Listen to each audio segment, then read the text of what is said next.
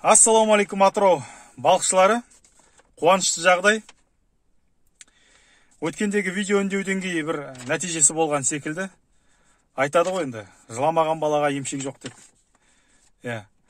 Кеше балық қорғау инспекциясының басшысымен кездесіп, бір қатар мәселелерді талқыладық. Бәрі оңынан болды. Қуанышты жағдай, Дамбы, Құрманғазы, Амангелді, Қызылбалық, Жамбыл бойынан балық аулауға болады екен. Тек қана шарттар бар. Путевкамен. Яғни путевка аласыз, аулай бересіз, болды. Проблем жоқ. Қазір соны талқылап өтейін. Дамбы бойында 12 тартым бар екен. 12 балық аулайтын жер. Мына қағазда тек қана соның 10-ы көрсетілген. Бұл кооперативтердің адрес, телефон, контакт нөмірлері. Мен осы жазбаны осы видеоның астына қалдырамын.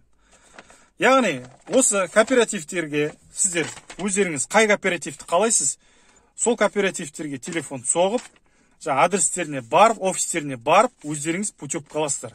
Сол путевка алып, солардың жерінен ғана балық аулайсыздар.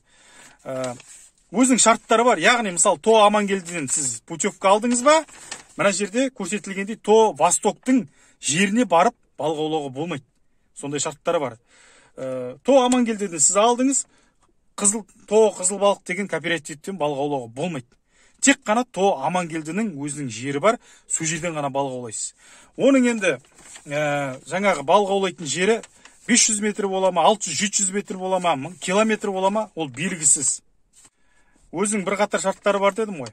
Мысалы айтайық, То Амангелдінің жері осы бергі бетте болатын болса, онда бергі беттен аулайсыз.